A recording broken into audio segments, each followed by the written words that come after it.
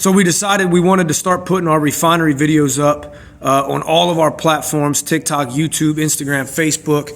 We were just putting them on YouTube. They were turning out to be like 20-minute videos. We decided to cut them down, limit it. If you don't know what the refinery is, I'll be putting a video up here in the next week talking about all the different programs we have here at the Forge. But a quick recap. We're going through the book of Exodus right now, studying the book of Exodus. What we used to do was read verse by verse and talk about it.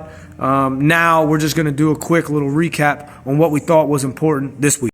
In previous chapters, it kept talking about how the Israelites kept grumbling, complaining to Moses and Aaron. Now in chapter 17, they're now quarreling, which is a little bit more aggressive than just grumbling. And what Moses says is, why are you quarreling with me? Like, why are you trying to fight me? I'm not the one that made all these decisions. And then why are you testing the Lord? Basically saying, quit quarreling, quit trying to fight me. You're testing God, not me. Then in verse 3, they're back to grumbling, and they're back to saying the same old thing they always say. It would have been better for us just to stay in Egypt than to be out here being thirsty and we ain't got nothing to drink. Basically, their thoughts is they would have rather lived in Egypt where they had something to drink than die, and they're not even going to die, but be thirsty, their kids be thirsty, and their livestock be thirsty.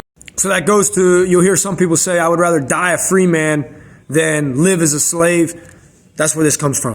Getting into verse 4 and 5, Moses is crying out to God because he's like, yo, these people are going to stone me. They're that upset. What should I do? God tells Moses, hit the rock with your staff, and water's going to come out and pass before the people.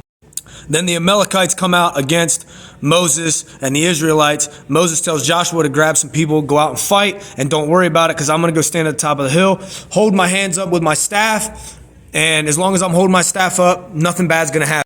Well, if you can imagine, his hands got pretty tired, his arms got tired, shoulders got burnt out. So Aaron and Hur, who were with him up there, had to hold his arms up in order to maintain winning the fight. Every time Moses' arms dropped, they started losing. Every time they held their arms up, they were winning. So those dudes held up Moses' arm, and it shows when the congregation works together, they'll overcome.